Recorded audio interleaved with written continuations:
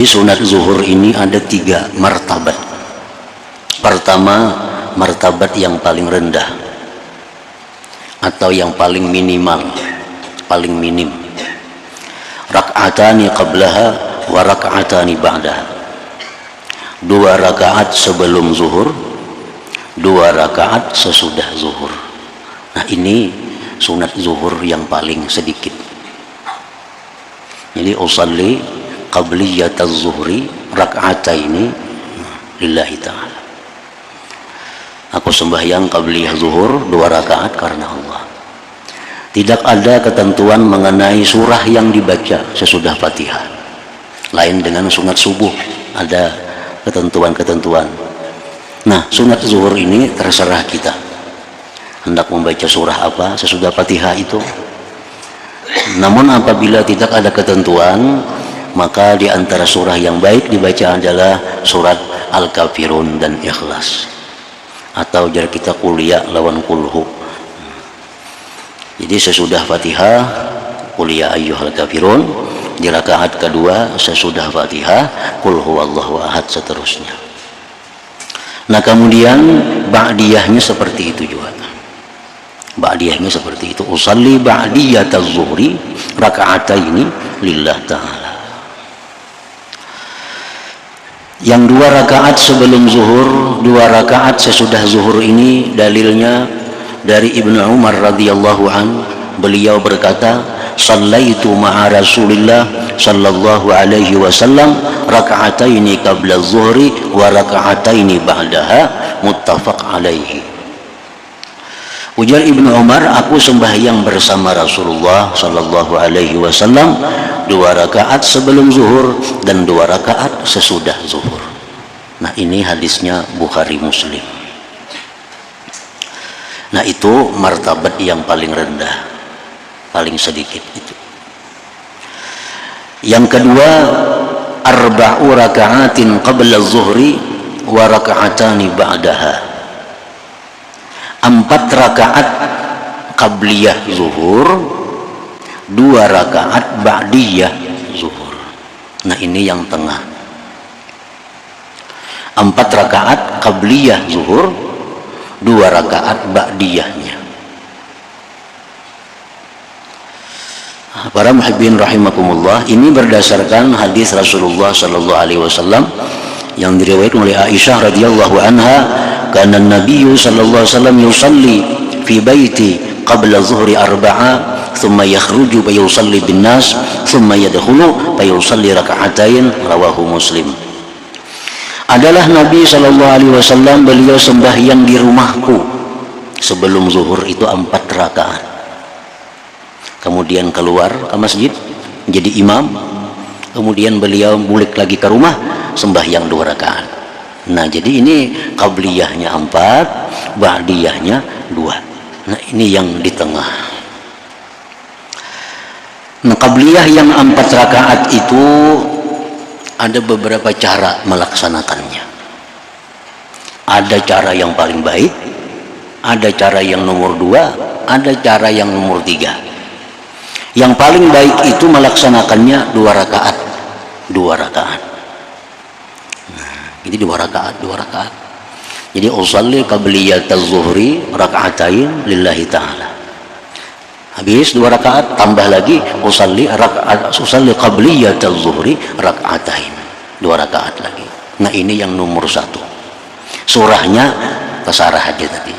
Habis Fatihah naqul ya ayyuhal kafirun, habis Fatihah qul huwallahu ahad, atau surah-surah yang lain. Nah, cara yang nomor 2, 4 rakaat sekaligus. Usalli qabliyataz zuhri 4 raka'atin lillahi ta'ala. Aku sembahyang qabliyah zuhur 4 rakaat lillah ta'ala. 4 rakaat ini kada ada pakai tasyahud. Rakaat 1, 2, 3, 4. Dan masing-masing rakaat itu memakai surah. Misalnya rakaat pertama Fatihah dengan qul ya ayyuhal kafirun. Rakaat kedua Fatihah dengan idza jaa nasrullah wal fath. Rakaat ketiga Fatihah dengan tabbat yada. Nah, rakaat keempat Fatihah lawan kulhu. Nah, jadi 4 rakaat sekaligus. Dan Rasulullah pun pernah melakukan itu. Walaupun yang terbanyak beliau 2 tadi. Tapi ini pun pernah dilakukan oleh beliau. Nah, sekaligus saja 4 rakaat. Nah, sesudah zuhurnya hanya 2 rakaat. Nah, cara yang ketiga 4 rakaat tadi bertasyahud awal. Macam sembahyang zuhur. Nah, jadi qabliyah zuhurnya 4 rakaat sekaligus. Rakaat pertama, kedua, tasyahud awal, kayaknya naik ketiga, keempat. Nah, kalau memakai cara yang seperti ini, nang basurah rakaat pertama kedua aja. 3, 4 kada basurah lagi karena itu sesudah tasyahud awal. Ini cara menurut sebahagian ulama di kitab-kitab disebutkan kada pernah dilakukan oleh Rasulullah. Tapi kada dilarang melakukan seperti itu. Ada yang mengatakan makruh karena itu menyerupai fardu, ada juga. Tetapi sah, pokoknya sah qabliyahnya. Nah, kemudian yang ketiga, sunat zuhur ini arba'u raka'atin qabla zuhur wa arba'u raka'atin ba'daha. 4 rakaat sebelum zuhur, 4 rakaat sesudah zuhur. Nah, ini yang paling sempurna, ini yang paling baik. Jadi qabliyahnya 4, ba'diyahnya 4. Melaksanakannya terserah, hendak langsung 4 rakaat sekaligus, 4 rakaat kena ba'diyahnya sekaligus.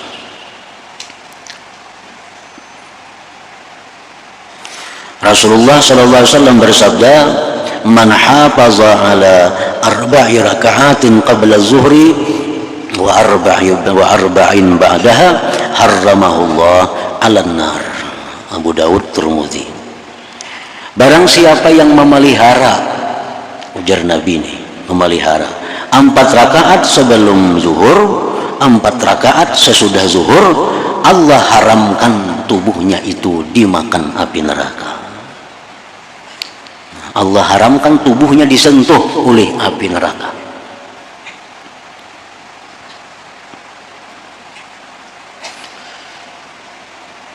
Ini lebih istimewa daripada fadilat-fadilat amal yang istilahnya itu dakhalal jannah. Misalnya siapa mengamalkan ini dia masuk surga. Itu bisa masuk surga tapi ke neraka berdahulu bisa. Karena setiap orang beriman itu pasti ke surga. Setiap orang beriman itu akhirnya dia akan ke surga. Walaupun dulu beberapa waktu di neraka. Nah, jadi kalau ada amaliyah-amaliyah yang menyatakan bahwa siapa-siapa yang mengamalkan ini masuk surga, nah itu bukan kada kemungkinan masuk neraka dulu hanya ke surga. Nah, tapi kalau ada fadilat amal yang mengatakan Allah haramkan tubuhnya disentuh neraka, nah ini kada bakal singgah di neraka. Kada bakal singgah di neraka. Karena Allah haramkan tubuhnya disentuh oleh api neraka. Nah, itu siapa yang memelihara? Siapa yang memelihara qabliyah zuhur 4 rakaat, ba'diyah zuhur 4 rakaat juga, Allah haramkan tubuhnya masuk api neraka. Nah, para muhibbin rahimakumullah. Jadi pengertiannya memelihara itu artinya piwali bi ahwalih, pada kebanyakan keadaannya. Artinya orang ini selalu 4 sebelum zuhur 4, sesudah zuhur 4, itu biasa. Cuma dalam waktu-waktu tertentu mau aja kada. Nah, karena ada kesibukan apa, kadang-kadang bisa 2-2 itu kada jadi masalah. Cuma umumnya orang ini 4. Nah, itu arti hafazah. Lain lawan pengertian dawama. Nah, jadi dawama itu mengakali. Ini selalu 4 kalau dawama istilahnya. Kalau hafazah ini artinya hafazah bi ghalibil ahwal. Nah, jadi waktu musafir, nah itu kada jadi masalahnya. Walaupun kada qabliyah, kada ba'diyah, kada jadi soal. Tapi kalau dalam keadaan tenang, dalam keadaan biasa, nah itu 4. Misal mendadak ada kesibukan apa, lalu 2, kada jadi soal. Tapi asalkan kebiasaannya sudah 4. Nah, itu pengertian hafazah. Nah, para muhibbin rahimakumullah. Jadi yang kita capai, yang kita ingin laksanakan adalah tentu yang paling baik di antara yang 3 macam itu. Kita hendak yang terbaik, yaitu 4 qabliyah dan 4 ba'diyah. Nah, bagi yang sulit melaksanakan ini sulit ini. Bukan ringan. 4 itu.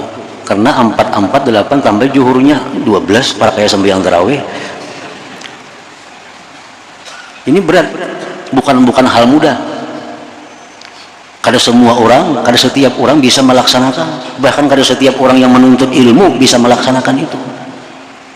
4 qabliyah, zuhur, ba'diyahnya 4 lagi. Nah, untuk bisa melaksanakan itu hendaknya dipakai dengan cara latihan.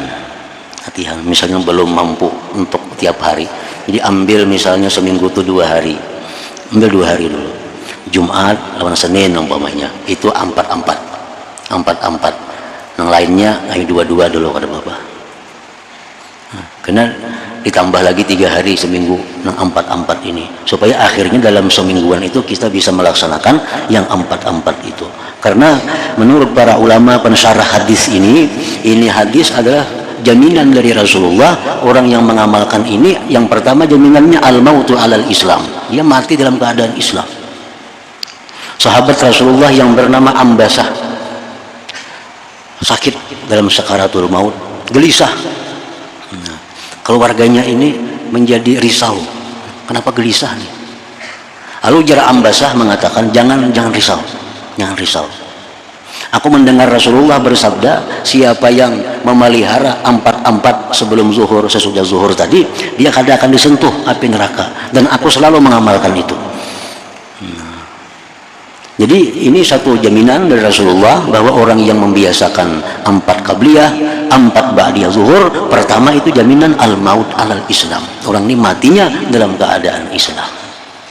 Artinya husnul khatimah orang ini matinya. Nah, para muhibbin rahimakumullah, kalau yang 2 tadi ya kada ada itu jaminannya. Yang 4 tadi kada ada juga. Nah, cuma yang 4 ini yang ada. Yang ada bahwa siapa yang memelihara itu, Allah haramkan tubuhnya dimakan api neraka. Nah, para muhibbin rahimakumullah, andai kata dia kada sempat melakukan itu, keburu waktu masuk masjid, orang tamat. Maka bila orang tamat tuh kada boleh lagi sembahyang kecuali sembahyang fardu. Nah, umpati sembahyang fardu. Karena habis sembahyang fardu hanyar 4. Dan boleh juga ujar ulama fikih 8 sekaligus.